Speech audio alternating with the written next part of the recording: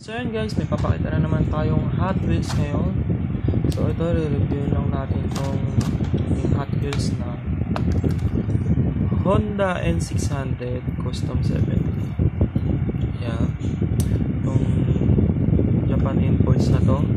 So nakuha ko lang to sa may Shopee.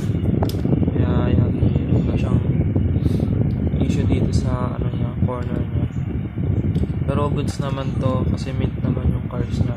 Kasi nagandaan din ako dito, kaya okay lang sa akin kasi wala naman din tayong balak ibenta ito, for collection lang talaga. So yan o, ito yung pinakaloob niya, kulay pula, ganda talaga.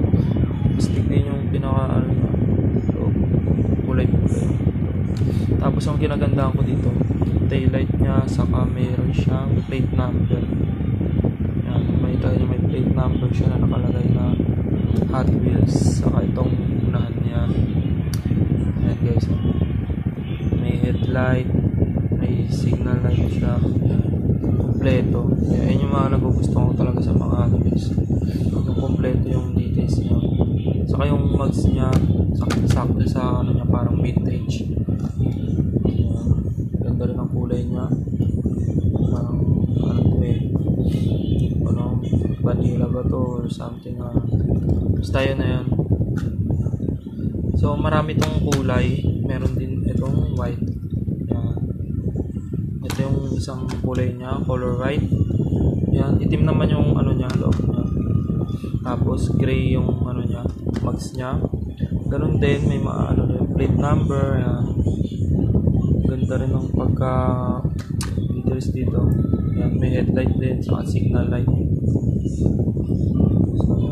May isa pang kulay ito, yung blue-green yung isa pang kulay na ito. Tapos may pula, yung pinaka treasure hunt talaga yung pula, kasi mayroon pero yung blue-green meron pa ako nakikita niya sa mga online, kaya pwede natin order pa ito kasi galing to sa Shopee. So yan, itong dalawang to, ang Honda N600. So mga Honda lovers dyan, shoutout sa inyo. So, at itong Hot Wheels na to, dito ko nakukitan sa kotse na to, itong Honda N600. Ayan. Vintage yung style nya. So, abangan nyo yung update natin dito, yung color blue-green na kulay, para